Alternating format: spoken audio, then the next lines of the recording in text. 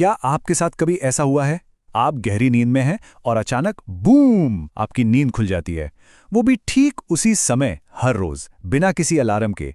कभी रात के ठीक 2 बजे तो कभी सुबह 4 बजे। है ना एकदम रहस्यमयी बात।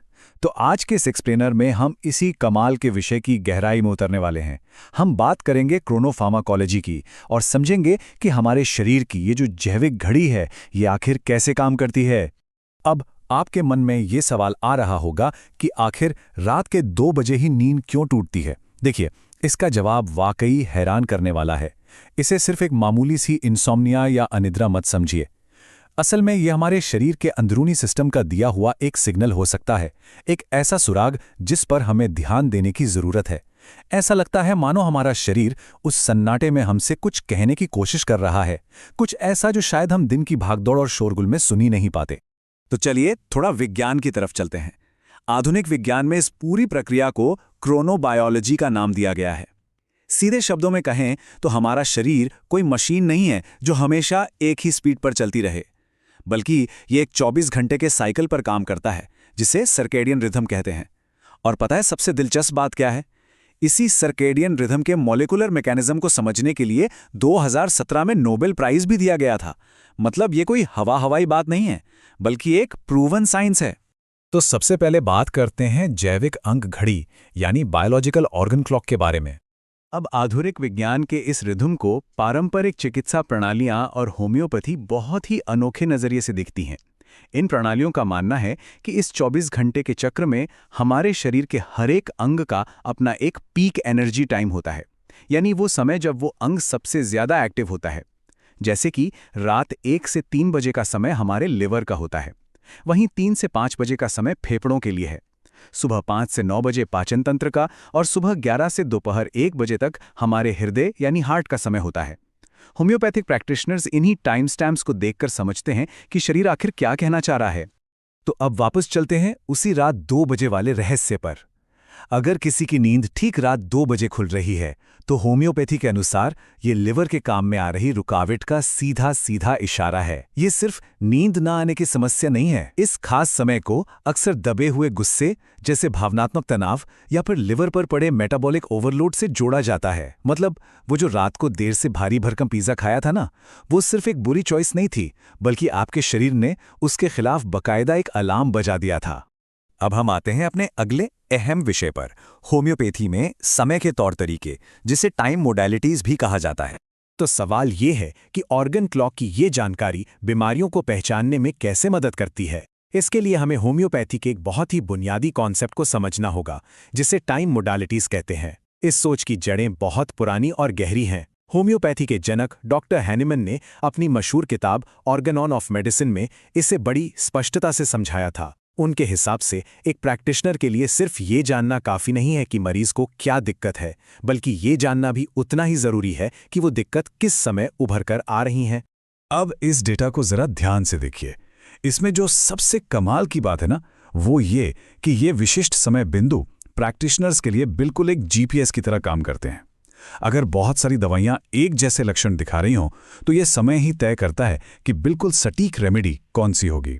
उदाहरण के लिए, रात 12 से 2 बजे के बीच होने वाली भयंकर बेचैनी सीधे आर्सेनिकम एल्बम की तरफ इशारा करती है, जबकि शाम 4 से 8 बजे की थकान और गैस की समस्या लाइकोपोडियम के लिए एक बड़ा सुराग है। चलिए इसे एक बहुत ही प्रैक्टिकल उदाहरण से समझते हैं। मान लीजिए किसी को सांस लेने में तकलीफ हो रही है। अब इसके तो ढेरों उपाय हो सकते हैं, सही कहा ना? लेकिन अगर वो इंसान ठीक रात 3 बजे अस्थमा के दौरे की वजह से जाग जाता है और उसे सांस लेने के लिए आगे की ओर झुककर बैठना ही पड़ता है, तो बस ये लक्षण डिफरेंशियल डायग्नोसिस को एकदम आसान बना देता है। ये बिल्कुल सटीक समय और बैठने का तरीका कंफर्म कर देता है कि इस मरीज को काली कार्ब रेमेडी की जरूरत है। अब बढ़ते हैं आगे, खुराक देने का विज्ञान यानी द साइंस ऑफ डोजिंग। तो बीमारी और दवा तो पहचान ली, लेकिन अगला और सबसे बड़ा कदम है सही समय पर उसका इलाज करना। अब यहां एक बहुत ही दिलचस्प सवाल उठता है, क्या दिन में 3 बार सुबह, दोपहर, शाम दवा लेने का जो हमारा स्टैंडर्ड तरीका है, कहीं वो हमारे शरीर की नेचुरल बायोलॉजिकल क्लॉक को नजरअंदाज तो नहीं कर रहा? क्या इस रूटीन डोजिंग के चक्कर में हम कोई बहुत ही महत्वपूर्ण उपचारात्मक मौका तो नहीं गंवा रहे हैं? चलिए इन दोनों तरीकों की तुलना करते हैं। एक तरफ है हमारी रूटीन डोजिंग, जो बस घड़ी देखकर दिन में 3 बार दी जाती है, बिना इस बात की परवाह किए कि शरीर का अपना रिदम क्या है।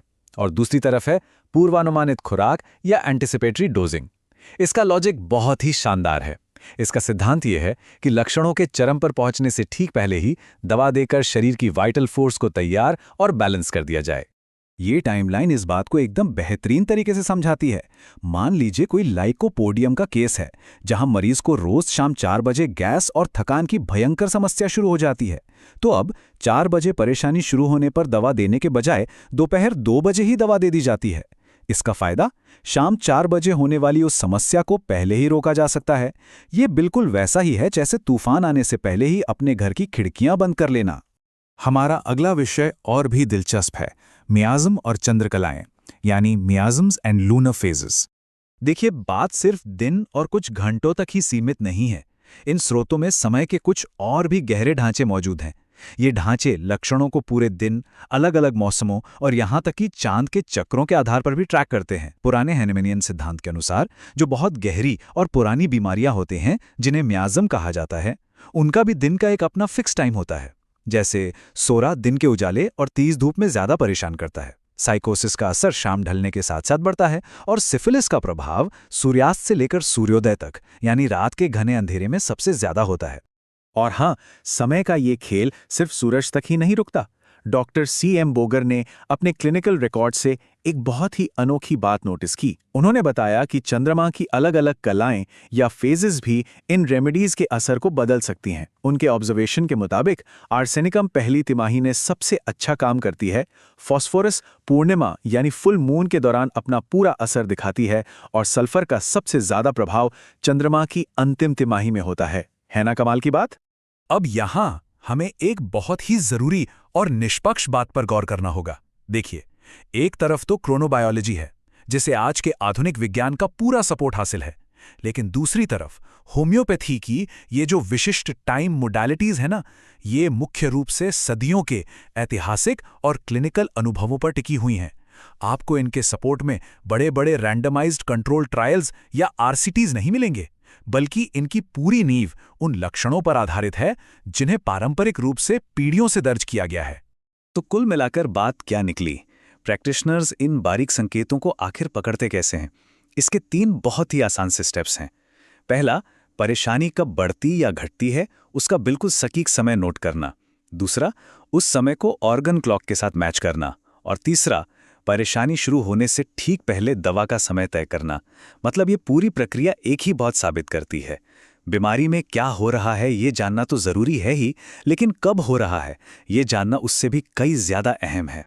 और ये सब हमें एक बहुत ही दिलचस्प सवाल पर लाकर छोड़ देता है।